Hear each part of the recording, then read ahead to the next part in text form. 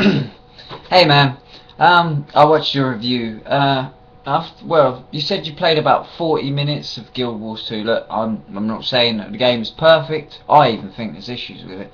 But some of the things you spoke about, are sort of giving new life to MMOs. It's like you don't have to go and speak to some guy with an exclamation point above his head. You can just go and do things the way you want to. You don't have a tied down quest line. You can just do it when you want to. You don't need to be like you were saying about the combat. I don't see where you're having the issue with the combat. I've never had an issue with the combat. The only thing I don't like is the fact that once you've learnt all those moves, you don't get any more afterwards. Except obviously you get upgrades to your skills and stuff, but you don't get new moves. And oh my god, man, you have no idea what the fucking bosses are like in this game. Okay, they are fun. They are mental. We were a party, and me and my friends and my girlfriend, we were all in a party, and we took on this like giant elemental, and oh my god, it took us about, I don't know, 45, 50 minutes to take this thing down. There was about 30 of us fighting. I know you say you don't like the idea of having combat with other people, like in a big mixed game, but that's how you build the server up. That's how you build them friendships up with, the people you meet in games.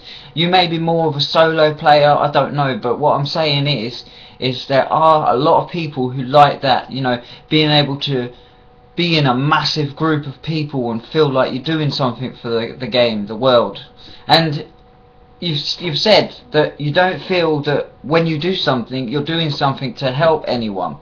Well, when you take down one of these massive bosses, it goes towards your guild and your server's points. So the points become upped, right? So if you're in World v World and you're against somebody else's server and you're absolutely kicking their ass, you can message them on Steam and say, dude, we just whooped you.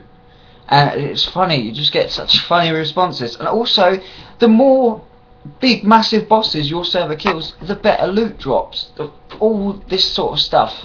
I mean, fair enough, you don't go into a dungeon and you're rewarded massive loot. You're not rewarded something like, I don't know, a sword with plus 1,000,000 to something. It's not like World of Warcraft where you go into a dungeon. Let's face it, raiding in World of Warcraft is pretty much World of Warcraft players' life. They spend either 90% of their time raiding or 90% of their time in PvP, because everything else in the game is boring.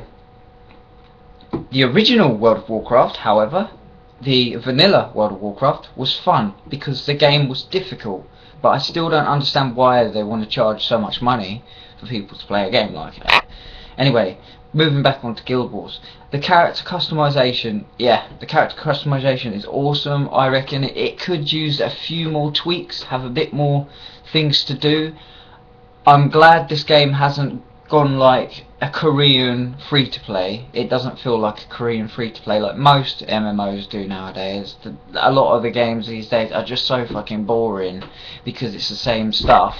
It's like, when I first played Guild Wars, I was blown away, man. I was like, okay, this is really different. I'm not used to going into a game. Fair enough, I was expecting something along the lines of talk to this person, go kill these things, then fight a massive boss, blah blah blah. I was expecting something like that. So after that I thought, okay, this is going to be like every other game. I did the first couple of quests, or gold hearts, and I was like, wow, that was fun. I didn't have to choose to, go to a farm and feed animals. I could just kill bandits. You can do all that stuff, and you get these events that just come out of nowhere. You're like, whoa, what the fuck's going on?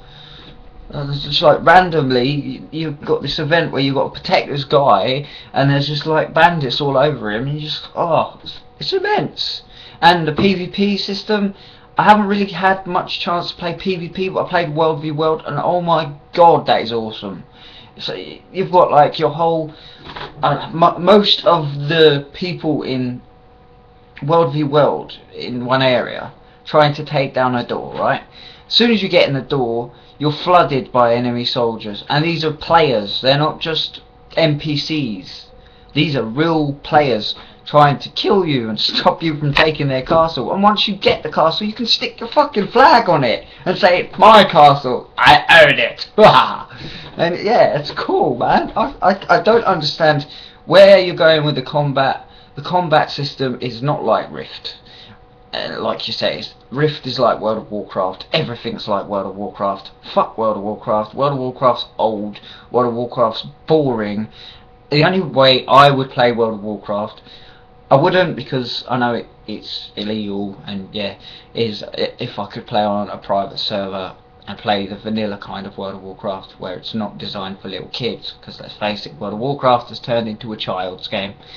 Their new expansion is about pandas. So yeah, the combat system, oh my god, the combat system is awesome. I'm not sure why they don't have trading, but I'm sure there's some logical explanation for it, probably to do with hackers or something along the lines of that. That's another thing, I haven't seen a hacker. There is not one hacker in that game, not one. Yeah, as I was saying about, because you were saying that you didn't like the fact that you didn't like being part of a massive group and doing things. When you're in a massive group and you're against a massive boss, you can go to your friends, oh yeah, we took down that boss again, because it just spawned after someone was doing a quest and this happened, that happened, and then there's a story bit and you just like, I wonder what's going to happen next, and this giant fucking thing pops up. It's like, okay, fuck, and it drops nice loot. Not always, not for everyone, I have to admit. My mate didn't get much, but my girlfriend got like a piece of chest armor, and I got like a really cool sword or something. But yeah, my mate didn't get hardly anything, and he did quite a lot of the work, and they'll work on that obviously. But yeah, seriously, give the game another try. Get to about level 20 before you can decide whether, you know, you think this game is dog shit, as you say. Don't just say, oh, I played this game for an hour, it's dog shit, because an hour, I played World of Warcraft for an hour and I was like, wow, this game is slow. But then I got into it a bit, and eventually I realised it was the same thing over and over and over and over and over. Each instances are pretty cool, don't get me wrong, they're quite cool, but it sort of lacks in areas. It used to be the, you know, groundbreaking game, World of Warcraft, but then everything else has become World of Warcraft, and you know, they decided they didn't want to make Guild Wars 2 like World of Warcraft. They wanted to steer away from that new age MMO genre and change the MMO genre to their own style, and you know, that's what I'm getting at. I appreciate your review. I think you've been openly honest, and you probably are going to get a load of fanboys saying, oh, that's wrong, you don't know what you're talking about.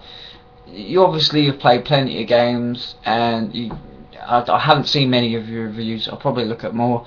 Yeah, I just thought I'd give you a video response that isn't of some child trying to tell you that you're a dickhead because you say this.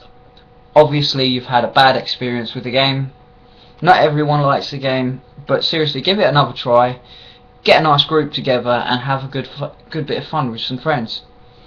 Just an idea. Thanks.